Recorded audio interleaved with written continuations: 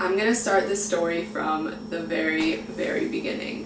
When we first moved into this place that we're living in now, sometimes when we would come in and out, we would notice in our neighbor's yard there would be two little kittens running around. One of them was black and one of them was gray. We would notice them playing with each other, running around in the grass. They had to be like this big, like really small, really young kittens, right? We didn't really think anything of it. I mean, we were like, oh, so cute, whatever, like, whose kittens are those? But then we just kind of didn't see them for a little bit for a while, until this black cat, who wasn't really a tiny kitten, but a kitten, maybe like, probably a little bit less than a year old, maybe like 6 months, if I had to guess. This little black kitten with some white spots started kind of showing up on our porch sometimes, and this little cat would let us pet her sometimes. She was a little skittish, but she would warm up to us and let us pet her, and we would bring her slices of meat from the fridge because we didn't have cat food in the house. We didn't have any pets yet. She would sometimes wait on the porch for us to give her slices of meat, and so we would feed her sometimes, and she started to really like us, and she would come running up to the porch, and we became close to this cat. And you know, she would try to follow us everywhere we went, but we would try to, you know, keep her outside, you know, not let her in the building.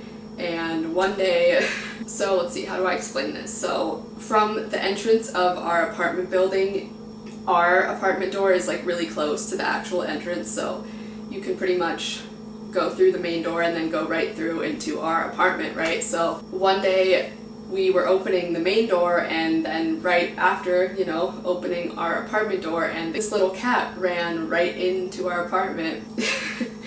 And we were like, this random stray cat is in our house suddenly, right? She basically just ran around the whole apartment. We followed her and to see what she would do, and then eventually she exited back outside.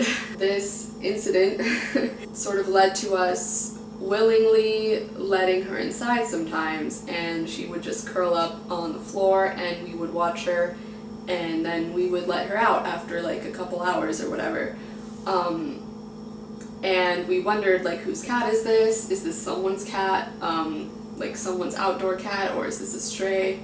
Like, who is this? Who's this cat? Eventually we bought a litter box and cat food, and we eventually decided, like, we kind of want this cat. Like, this cat is hanging out in our place, stopping by like every day, like to hang out with us. We kind of should just like have this cat, right? We start letting her inside, feeding her a lot, probably a lot more than she was getting. So she was gaining weight pretty rapidly. Like, she went from this scrawny little thing to kind of a pudgy girl, right?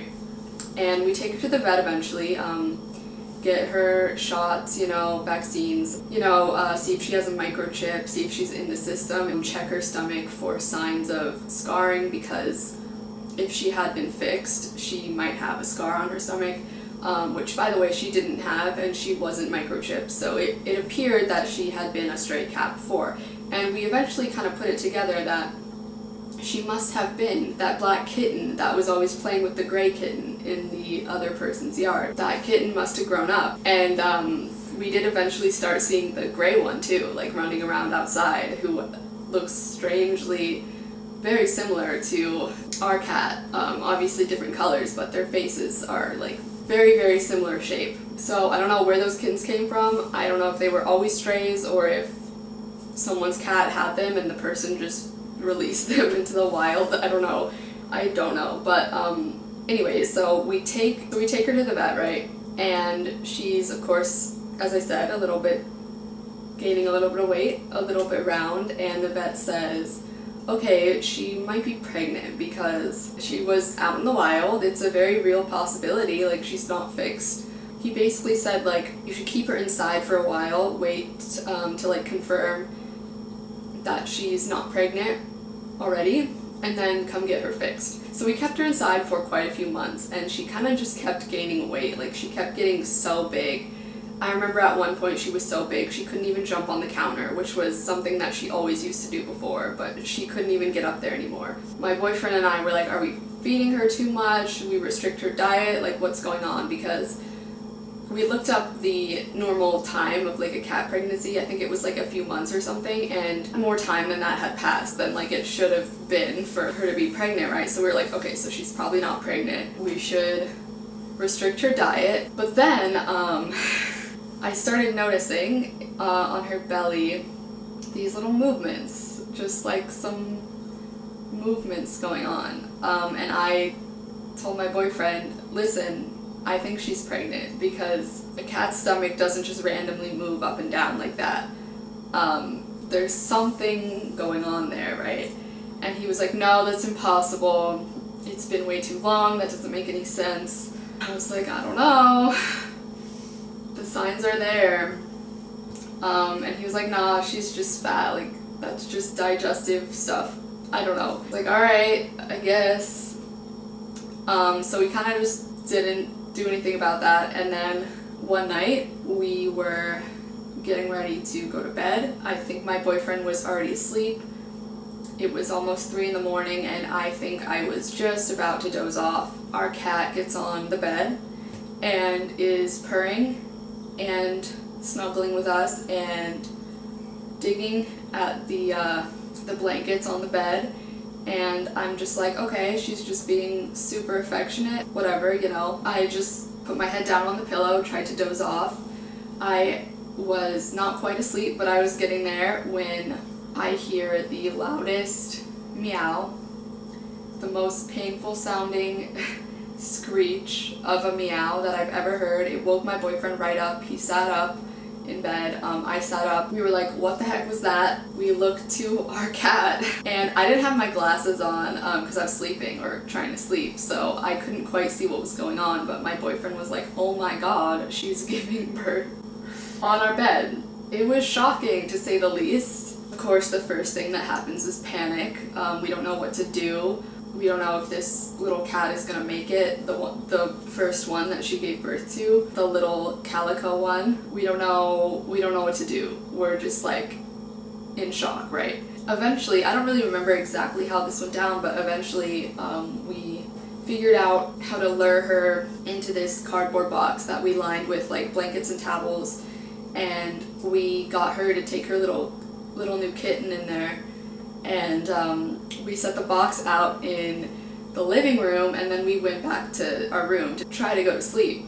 And our cat would come back to our bedroom and meow at us, and then I would try to walk her back out to her little box. Did you forget where your little new kitten is? What's going on? And every time I left to go back to the bedroom, she would follow me and meow, so she wouldn't give birth alone. She wanted someone by her side. Probably because she was in a crazy amount of pain, she was scared, I don't know, she needed someone with her. So since my boyfriend had to work in the morning and I didn't, I volunteered to bring a blanket and a pillow out to the living room, and I slept on the floor right next to her little box where she was giving birth. And I didn't really get much sleep because she was pretty much giving birth, I would say, like every hour throughout the entire night. And eventually she had 5 kittens, and the next morning there we were with 5 little baby kittens. Didn't even know for sure that our cat was pregnant. We were not preparing for this at all, and now we have all these little squirming tiny little guys in our house. And yeah, that was exactly 1 year ago today, March 14th. We eventually found homes for 3 of the 5 kittens, but 2 of them we kept, and today they are officially 1 year old. I think I stayed out there on the floor with the mom cat and all the kittens for the first probably like 24 hours. After that, I was out there quite a bit, just making sure everything was okay, constantly like with my laptop, just constantly doing research, like what should I do, what do they need, all this stuff. After that day, my life pretty much became all about these kittens. I was just trying to take care of them. My boyfriend and I, you know, figuring out what's the best food for them, what's the best like, what do we do? Like, we we weren't prepared for this situation at all, and suddenly here it was. We had to figure out how to clean their little box with them still in there. We had to start weighing them to track their growth, all this stuff. And eventually we found homes for 3 of them, as I said. So now we have two kitties, 2 little 1-year-olds, named Evie and Boy. And let me explain how Boy got his name. So the funny thing about Boy was that we were not planning on keeping him. We were planning on giving away 4 of the kittens and keeping 1. And we chose pretty early on to keep the calico one, the very first one that was born on our bed, and we named her Evie. We had little nicknames for all of them just to keep track of them, to have something to like refer to them as, even though we knew we weren't keeping them, right? And the grand white one, we called him Fat Boy because he was the biggest. He was the one who was eating the most, always hungry, always ready to eat, growing fast, becoming the biggest boy. So we referred to him as Fat Boy just to keep track of him, right? And we tried to adopt him out 3 different times, and each time the adoption fell through for one reason or another. And I believe that this was meant to be because now he's ours. We never adopted him out, and we're so happy because he is just a joy. He is a joy of a cat. He's the happiest cat I've ever met in my entire life, and we never really found a new name for him because we were constantly waiting for an adoption to come through or for something to come up, some home that we could give him to, you know? There was no specific point when we decided, all right, we're just gonna keep him. It just kind of, nothing ended up happening, and it's been a year and we still have him. And now I can't imagine getting rid of him. Like, he is such an important part in my life at this point. But yeah, we never found a new name for him, so we call him Fat Boy or just Boy. That is the story of how we just were surprised with 5 little kittens out of nowhere, and I hope the other 3 of them are doing well wherever they are. The 2 that we still have, we know, certainly are doing quite well. They're very happy little ones, and this was kind of the craziest thing that ever happened to me, maybe.